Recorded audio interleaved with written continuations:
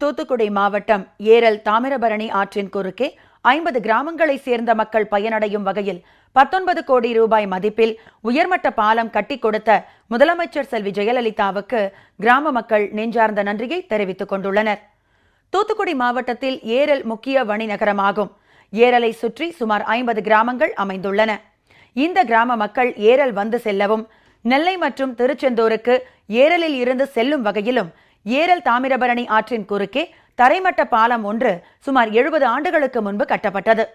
இந்த பாலம் தற்போது சிதிலமடைந்து விட்டதுடன் தாமிரபரணி ஆற்றில் வெள்ளப்பெருக்கு ஏற்படும் பொழுதெல்லாம் பாலம் மூழ்கி போக்குவரத்து துண்டிக்கப்படும் அவல நிலை நிலவி வந்தது.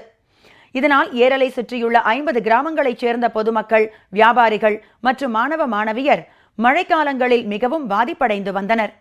இதனால் இங்கு உயர்மட்ட பாலம் ஒன்று கட்டப்பட வேண்டும் என்று இப்பகுதி மக்கள் கோரிக்கை விடுத்தனர். இதனை கருத்தில் கொண்டு முதலமைச்சர் செல்வி ஜெயலலிதா ஏரல் தாமிரபரணி ஆற்றின் குறுக்கே 19 கோடி ரூபாய் செலவில் புதிய உயர்மட்ட பாலம் கட்ட உத்தரவிட்டார். இதனை அடுத்து இங்கு உயர்மட்ட பாலம் அமைக்கப்பட்டு தற்போது பயன்பாட்டுக்கு வந்துள்ளது. பொதுமக்கள் நலனில் அக்கறை கொண்டு ஏரல் தாமிரபரணி ஆற்றின் குறுக்கே உயர்மட்ட பாலம் கட்டிக் கொடுத்த முதலமைச்சர் செல்வி ஜெயலலிதாவுக்கு பொதுமக்கள் மற்றும் வியாபாரிகள் நெஞ்சார்ந்த நன்றியினை தெரிவித்துக் கொண்டுள்ளனர். ஒவ்வொரு வருஷமும் மழை காலத்தில் 15 நாள் 20 நாள் இங்கே இருந்து போக்குவரத்து துண்டிக்கப்படும். அம்மா ஒரு நல்ல திட்டமிட்டு இந்த 19 கோடி ரூபாய்க்கு இந்த பாலத்தை கொடுத்ததுனால இப்போ அந்த எல்லா ஊர்களும் இங்கே இணைக்கப்படுது. எல்லா ஊரும் இணைக்கப்படும் போது இந்த மாதிரி ஊரில் உள்ளவங்கெல்லாம் இங்கே வந்து எல்லா பொருள் வாங்குறதுக்கு வசதியாகி போச்சு. இப்போது திரும்பவும் இந்த ஆட்சி வரணும். வியாபாரிகளுக்கு நிறைய செய்கிறாங்க. இந்த மாதிரி திரும்பவும் அம்மா ஆட்சிக்கு வந்து எல்லாருக்கும் செய்யணும்னு சொல்லி நாங்கள் எல்லாம் ஆண்டவனை வேண்டிக்கிட்டோம்.